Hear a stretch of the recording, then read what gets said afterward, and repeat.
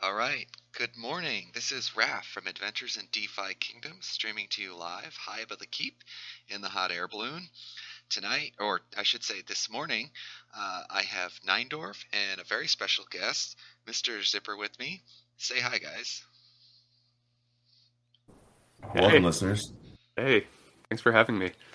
All right. Well, thank you everyone for tuning in.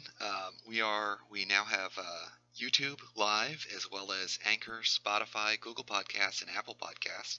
So go ahead and drop a subscribe there if you can. That would be greatly appreciated, and that really helps us out. So, Mr. Zipper, why don't you go ahead and give us your own personal introduction? I know that you made the Hero Bot, and I've been using that religiously every time I've summoned. So tell us a little bit about yourself. Great, thanks so much, and thanks again for having me. I've been just kind of hanging out in DeFi Kingdoms for since kind of mid-September or so. I got here just early enough to hit the good APRs and the LPs, but not quite early enough to get enough Jewel for a Gen Zero, but I've been just hanging out in this community. Really love all of the depth of the whole thing, and so I've just been trying to dig into mechanics and some of the details of stuff. As you mentioned, I started working on this hero bot that last month finally made it into the official Discord. It was something that I started working on really just shortly after the Geno sale, to have a way to quickly look up info, and we've been able to add some new features to that. I'm also the author of the weekly newsletter, The Heroes Hold, which you may be familiar with on Medium, and just trying to go over some hero details, some news, some aggregated stats and stuff like that, and just keep the community informed about what's going on in the game. So it's been a real blast to be a part of this community and to hang out with all of you. Yeah, awesome. And on behalf of the community, thank you very much. Like I said, I've been using the Hero Bot for about everything I do now. So thank you very much for that. Great. All right, Neindorf, why don't you take us to the question of the day? Given all that's kind of been going on in some of the Discord chats and on the DFK wiki site there, uh, I feel like it's appropriate. Would you guys sell your locked jewel, or would you buy other people's locked jewel? I think is where I'm at right now. Wow, great question. And so, for those of you who don't know, there was and I think it was a relatively recent feature that allows you to have a contract to send all of your locked jewel from a single MetaMask address to another MetaMask address. And so the DFK wiki team that's been doing escrow for heroes long before the tavern opened up, they started doing an escrow service for sending locked jewel. And I think I saw them actually release some number on Twitter that they have like um, helped transition like 1 million USD It was a worth hundred of million 100 USD 100 actually. yeah, that's even crazier. Wow. 100 million of USD safely, keeping it out of the hands of scammers. So a big thanks to those two, and the incredible work that they're doing. And so people have been starting to sell and buy their lock jewel. It seems like on large wallets, the price of jewel is going anywhere between, I would say, what I've seen is like anywhere between like $4 and $7, from what I'm looking at. And so, what a great question, Neindorf. And I would say for me, I'd be tempted if I could get off my jewel bag for, somewhere between 10 and 15. I just have too much confidence in the game right now that it feels like, I'd be making a short-sighted decision. If I could sell it for something like 10 or 15, honestly, I'd probably just take those earnings and dump them into the gardens. And so I think I really doubt Uh, that that because of that the price is going to go that high. I think it's going to stay, probably pretty low. How about you, Mr. Zipper? Yeah, I don't think I would sell. Like you, I'm too in it long term. I would certainly be tempted to buy if the price were right, but I just don't have that kind of liquidity, and in order to get the price low enough, it would have to be a large enough bag that I definitely couldn't afford it. So I'll just keep watching from the sidelines and keep farming what I'm farming, and hope that everything goes well in the end.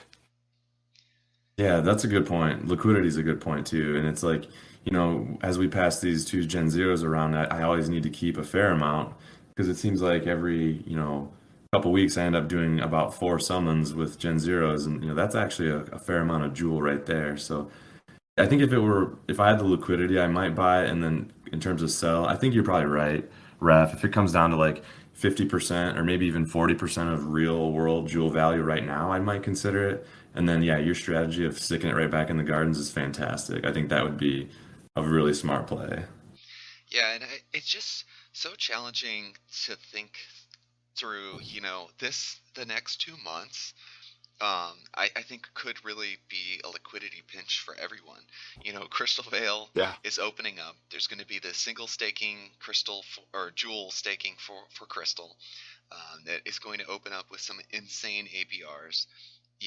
There's a lot of speculation that when everyone moves their jewel over to Crystal Vale, that then the Serendale jewel gardens, those APRs are going to skyrocket, because if you leave your value there, you're going to have a higher portion of the pool.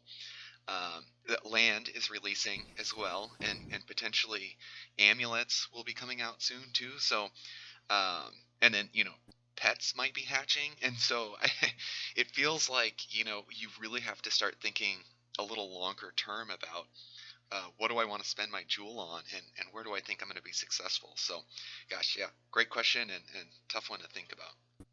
All right, so last week we talked about the AMA, and we got a really fun shout out by the team. The creative team, Cinnabon, actually saying that there is no lore around the hot air balloon. And so just a reminder to our community that help us come up with some stories about the hot air balloon. We're really looking forward to developing that. We are also going to start creating a community Discord, a slightly smaller Discord. I think of it as a fork off of the DFK Discord right now, which gets pretty meme heavy at the moment. So we're going to send some information out on YouTube and on Anchor, and so when you log into the podcast, you'll be able to go find that Discord invite. And anyways, as I digress, one of the things that I'm really excited about right now, and I have an extra special question of the day to tease into it. So, all right, I have a question for you guys, and we'll see if you guys can figure it out. What do the movies Jaws, Home Alone, Superman, Star Wars, and Indiana Jones all have in common? Oh man, that's a very random mix of movies and shows. I mean, they all have a heart, a place in my past, I guess, for me personally. I don't know about you, Mr. Zipper. I'm wondering if they all have music composed by John Williams, actually. Bingo. Spot on. Oh, yes. Very well done. Very well done. So, there was a DFK contest here recently, and there was some great community music that was developed. And so I reached out to one of the winners, and it's a pair of individuals, Boolene and Mike Dialga, and the music is actually made by Mike Dialga. And I'm going to go ahead and share for you guys what's going to be our new intro song into the podcast. So I'm really excited about this. And I'll play a little bit of a longer version, so it'll be about a minute long. The typical intro will probably only take 10-15 seconds. And then at the end of the podcast, we'll actually include all of this, and we'll go ahead and link to Mike. And he has a SoundCloud account, and so definitely go check him out, support him. It's awesome. I'm so thankful that he's letting us use his amazing music as an introduction. So let me set up the streaming of that. One moment, guys.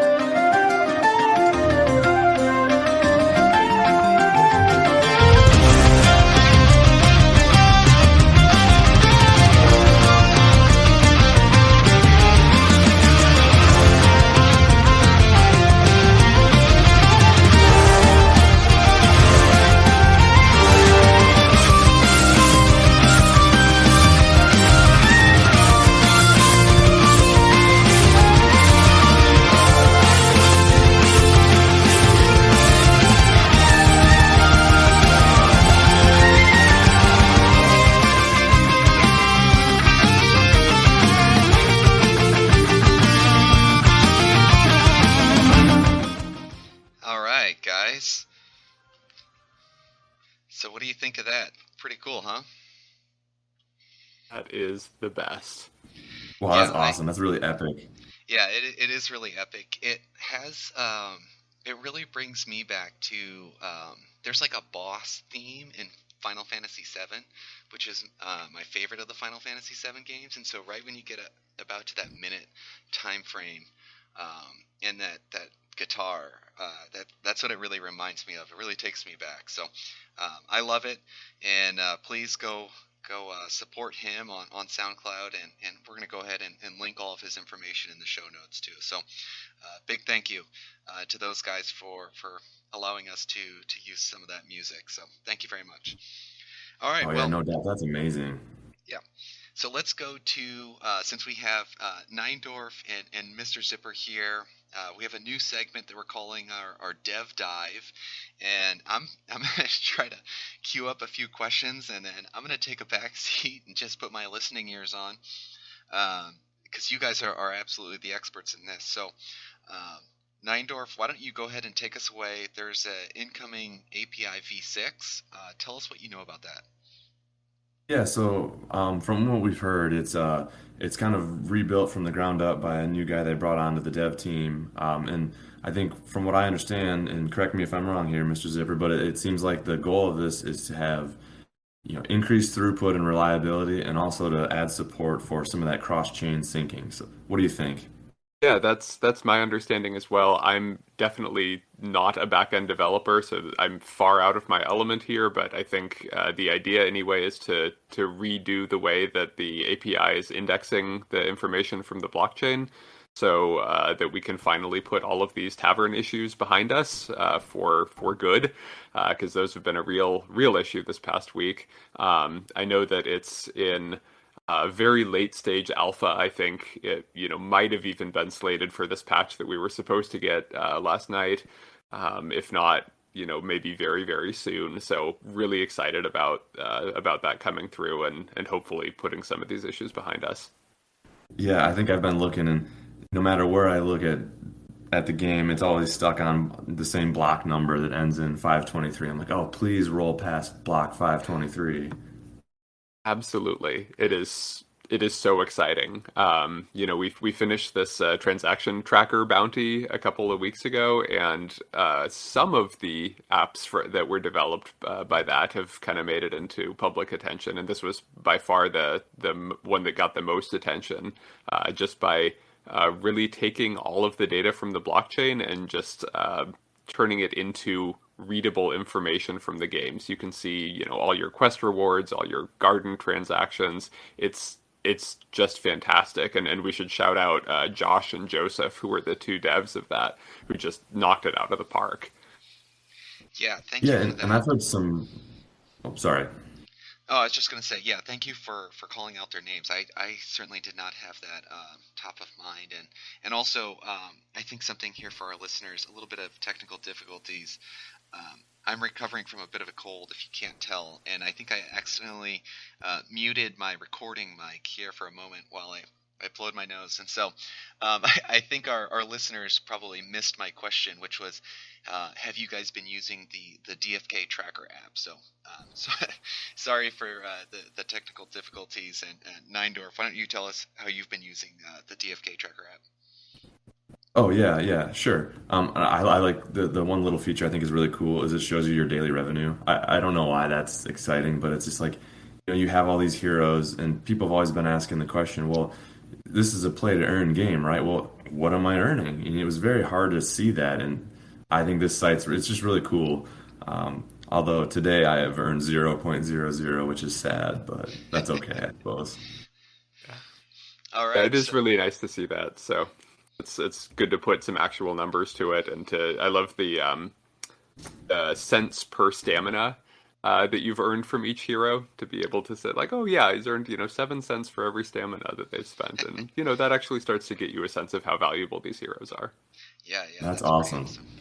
I also really like that if you look at the tavern page, I like that it gives you, if you kind of hover over the heroes, it gives you a approximate value based on current sale prices.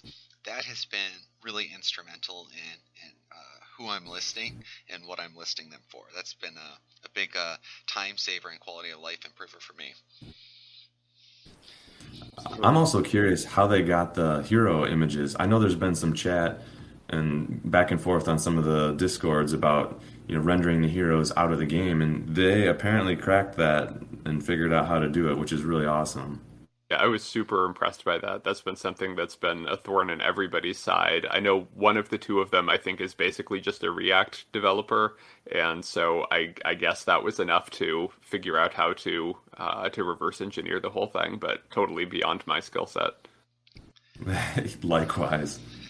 Well, it's pretty awesome that we have, whether it's music development, and development coming in all sorts of different forms. It's such a great community here. So, big thanks to everyone involved. Any other apps that you're enjoying right now, Mr. Zipper? I feel like most of my time has been spent. I mean, of course, there's Kingdom Watch, which we all know and love, and has been so useful for many of us. And now the DFK tracker are both great. I know the DeFi Wiki app has seen some development recently too, although I think that got put on hold a bit when the Lock Jewel escrow started. But I think it'll be really interesting to see what other apps do come out of this transaction tracker, because as great as DFK tracker is, I feel like it doesn't quite answer the question of like, what is the app that you need to do your taxes? And I think some of the other ones that were developed really focus a little more on that aspect pretty specifically. So it'll be really interesting to see what comes from some of those once we get to hear a little more about them. Yeah, they haven't announced the winner yet, have they? Nope. Okay, cool. So we'll eagerly anticipate that, and then I'm sure they'll have links to all those tools for the community. Yeah. All right. Yeah, Well, it'll be really Nindorf, exciting. any other chatter that's sticking out to you on the developer Discord? Some of it also, I was asking some questions to some people, and they had some good insights into some of these harmony issues. And, I think what it really comes down to is, a lot of I'll say it, the marketing jargon about Harmony, the blockchain itself, is kind of falling a little short with the load being placed upon it by DFK. It's like they're supposed to be able to support all these transactions per second, multiple shards. From what I've learned is shard 0 is really the only one that has RPC support. I think they said, I forget who on the chat said it, but I think he said that one of the other shards has maybe one RPC endpoint, like for the whole shard. So, we were floating around the idea of what happens if DFK just went to its own shard. It's like, well, there's no support for that on the blockchain yet. So, I don't know if you've heard anything like this, Mr. Zipper. I just thought it was really interesting to know that kind of Harmony's advertisements aren't quite standing up yet, and they need a little bit of work there. Yeah, I mean, we know it's a ecosystem under development, so I guess we'll just have to see, where they get at this point. And, really, once they can put these RPC issues behind them, see what the rest of the development looks like. They've got a really ambitious roadmap, so we'll see if they can keep delivering on it, I guess. All right, well, let's transition to the combat corner now. And I'm really excited to recklessly speculate about hero stats and about what combat might have in store, and then talk about some of the hidden data and the abilities that a lot of our users who now have access to the alert system. I think he said, Neindorf, that every single person is looking for the elite and transcendent skilled heroes, and so They should be anyway. Yeah, with Mr. Zipper here, I want to talk about that a little bit. So I guess let's first start by talking about Mr. Zipper, what do we know about hero abilities right now? Yeah, so, I mean, the short answer is not a lot. This is probably the one thing that we know the least about in terms of the way that heroes work or are going to work.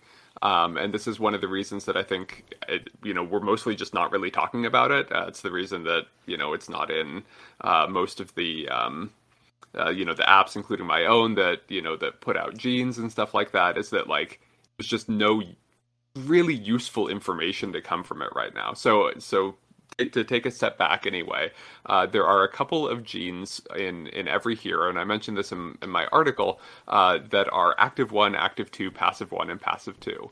And these genes have, and I think you guys have talked about this before, so I don't want to reiterate too much, but most of them have the ability of basic 1 through basic 8, and it doesn't matter what class you are or anything else, they have these abilities, but some of them are also advanced, some are elite, and some are transcendent.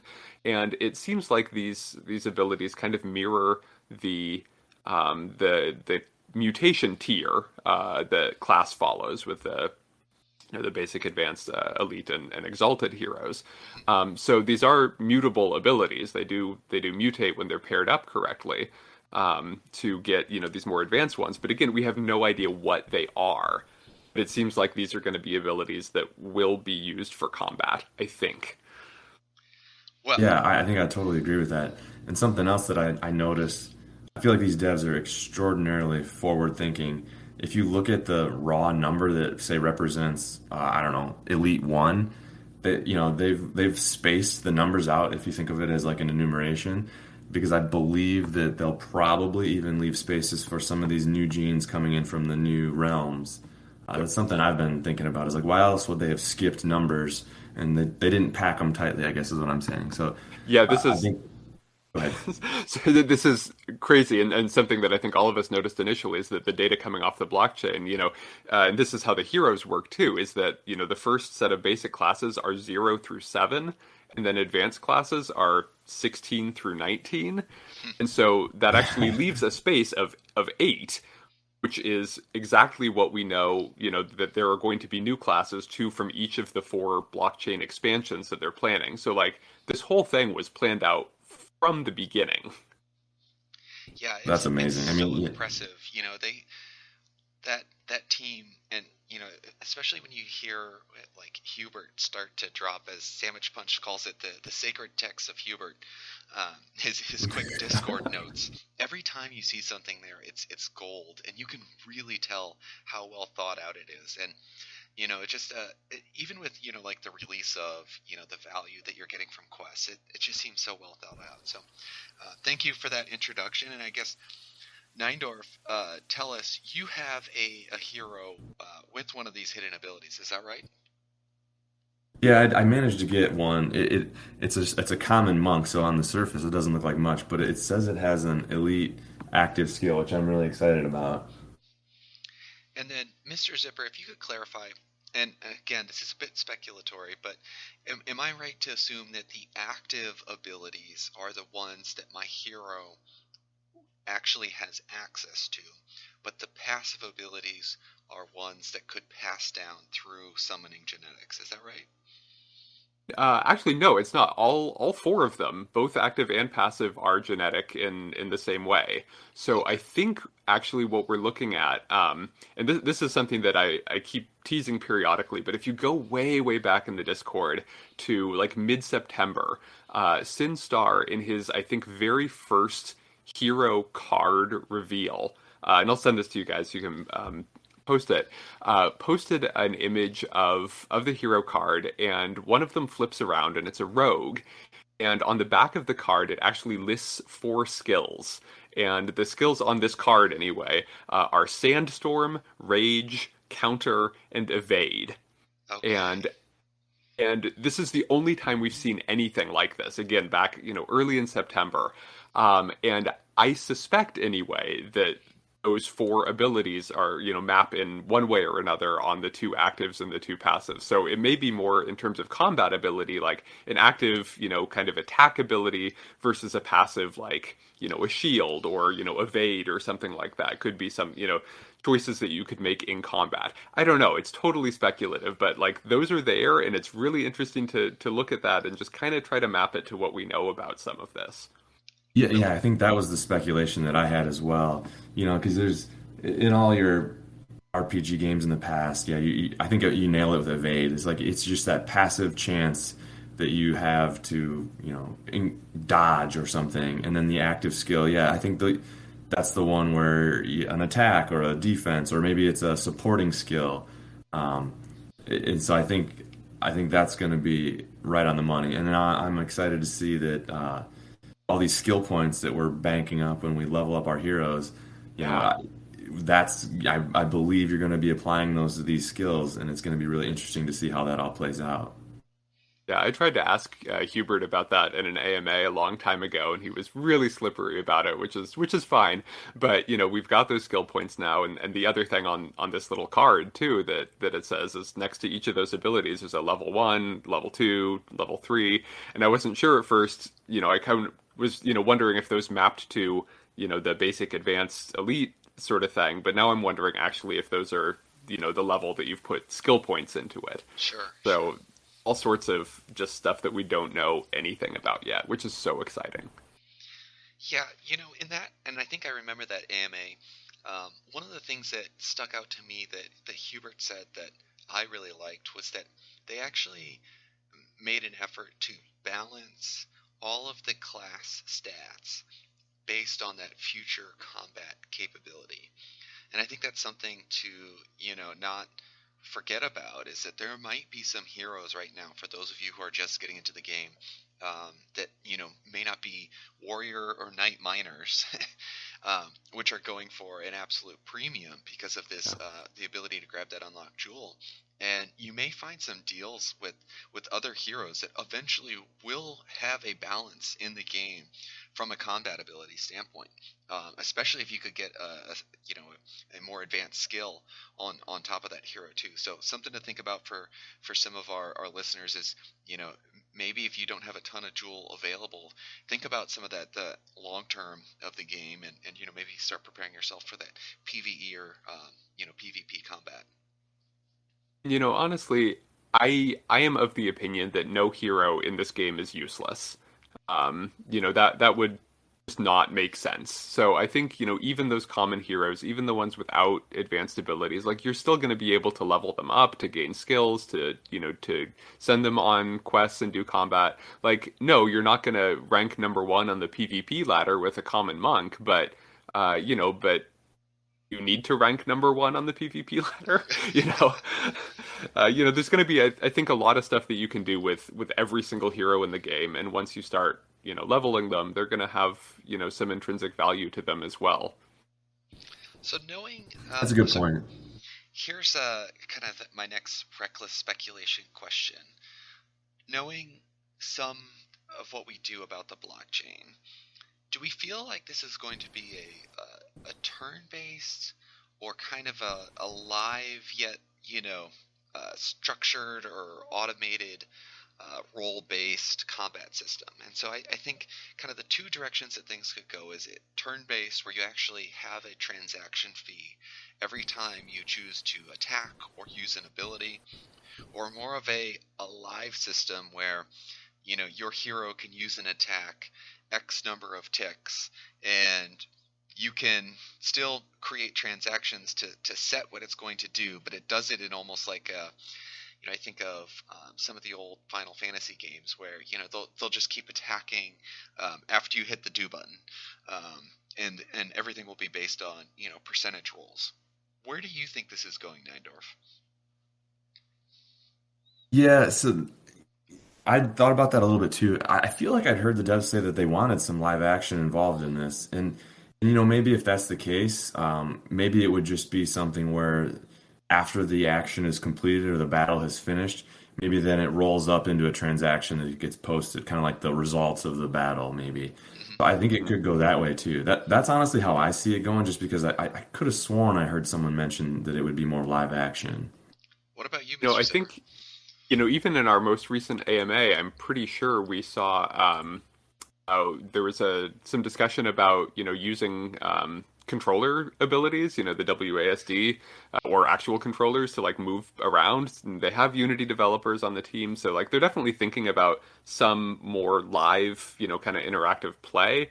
I don't know yet if that'll translate into combat, or if it'll be, kind of the maybe not a turn-based, the point of every single action that you take has to be a blockchain transaction, because that's going to get really expensive really quickly on some of these other networks. But I don't know. We'll see about that. It may be kind of something that's kind of hybrid in between those things. But I don't know. We'll see.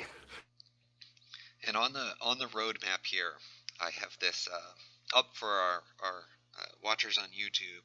I don't think I have it displayed for you guys to see yet, but Phase 6, the battle system, PvE and PvP, it says heroes will be able to form parties of 3 and compete in regular PvP tournaments, which will award jewel prizes. And that's it. So it's certainly we're kind of piecing together information to, like I said, try to recklessly speculate on what could be coming down the road. But that's a lot of fun.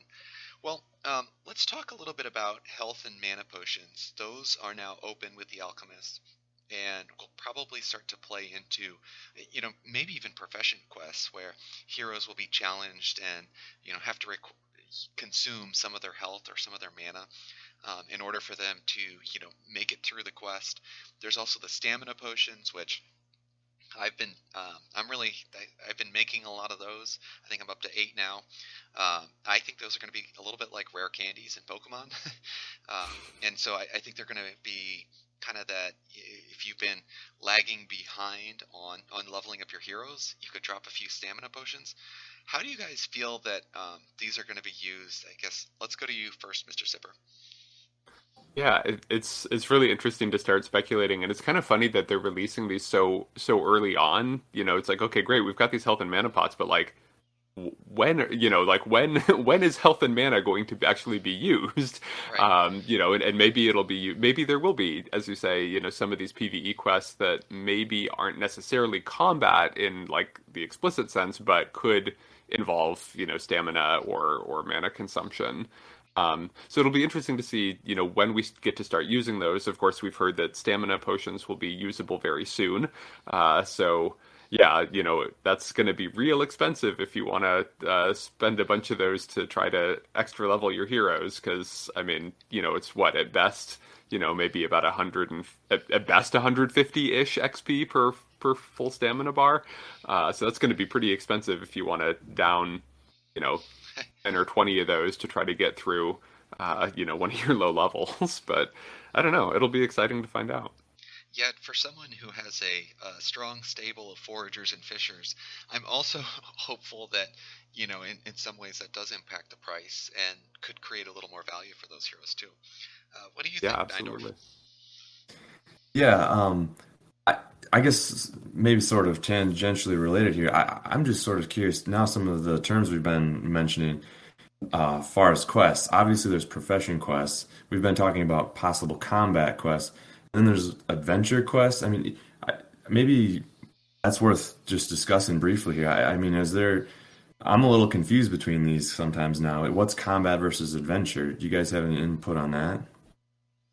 That's a great question, and I guess I'm not sure. I think I kind of lump those in a little bit, but on the other hand, this most recent AMA where they were talking about this flagging system and all of these, ability to do quest chains and stuff like that, really, I mean, opens the door to a whole range of possibilities. I think Hubert has mentioned things like turn-in quests as well, so I feel like there could be adventure quests. We have these class quests as well that got mentioned that, may not necessarily involve combat, but could involve, needing to collect items, needing to do professions first in order to gather stuff, or I guess just pay for it. So yeah, I don't know. There's lots of possibilities there. And I have here displayed, and this isn't always the most up-to-date information. In fact, I would say probably getting nuggets from the AMAs is probably a little better off, but they do describe a couple quest types: profession and dungeon raiding slash PvE.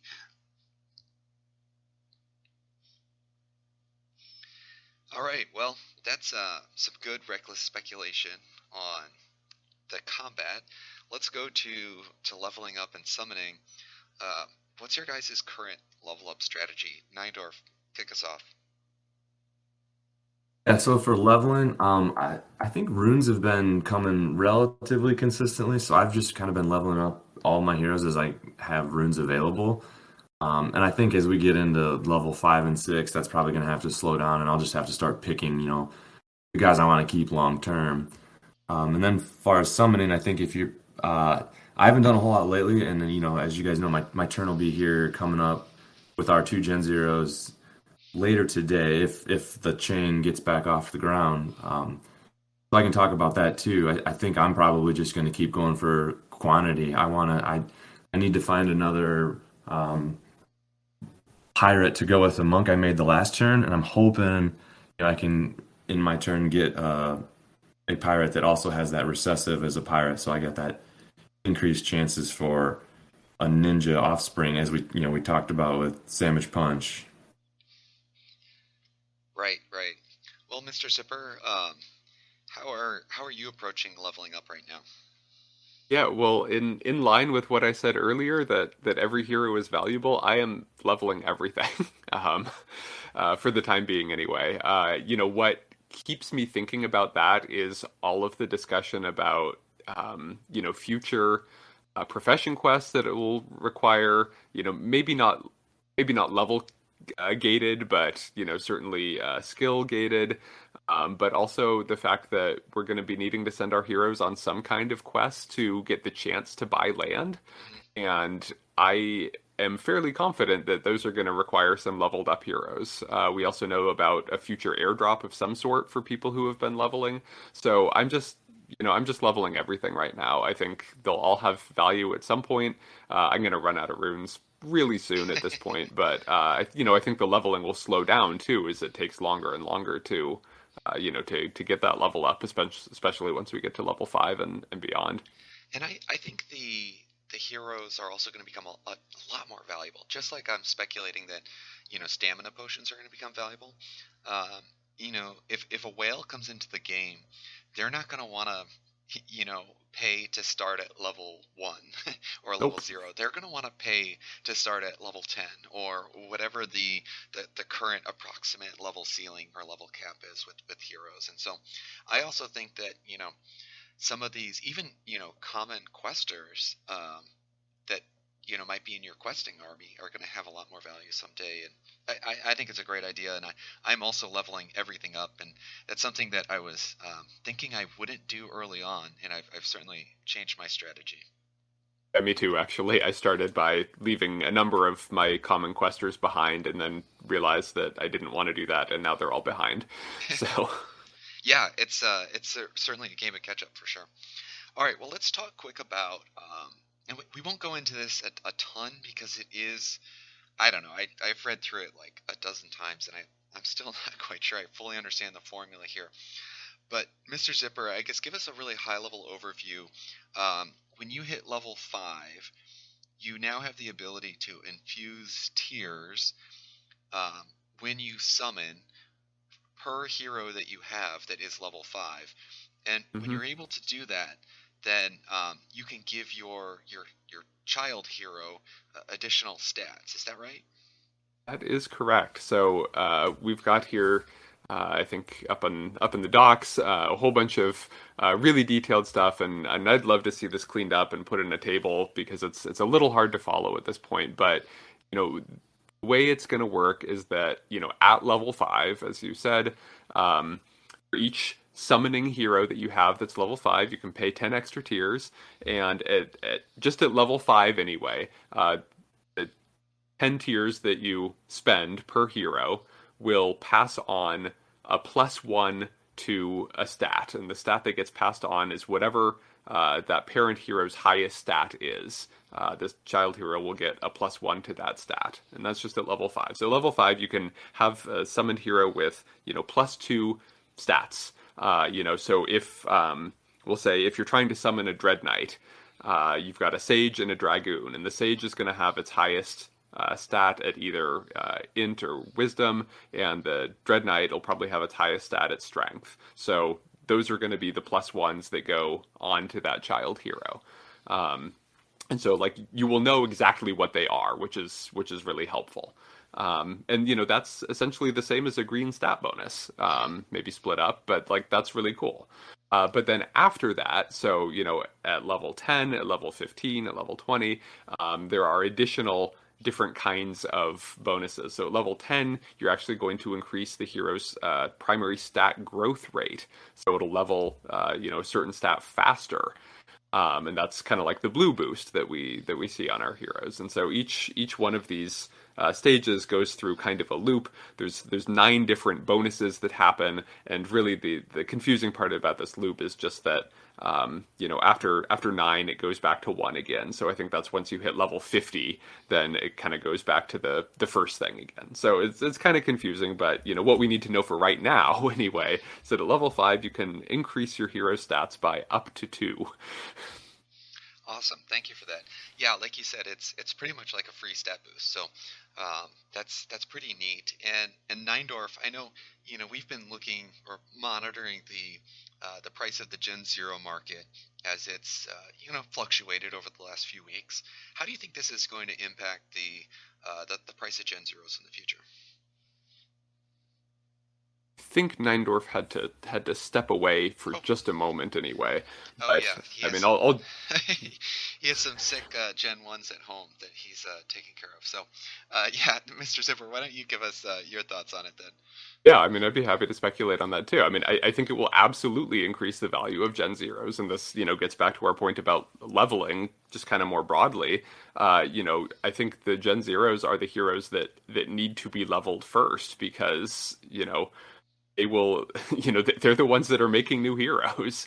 So that's going to be a huge deal. They will absolutely increase in value, I think, because of this.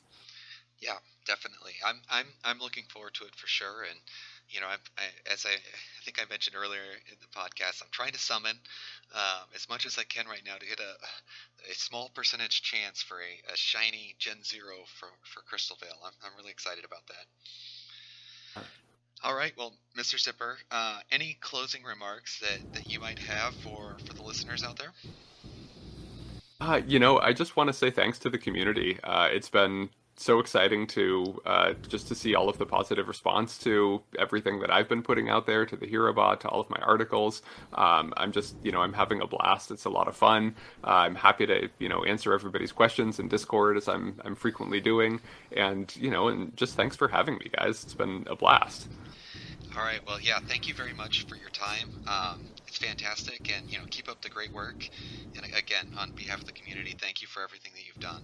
Certainly using all of these tools. So, well, this is it for Raf and Neindorf from Adventures in DeFi Kingdoms, and a big thank you to Mr. Zipper.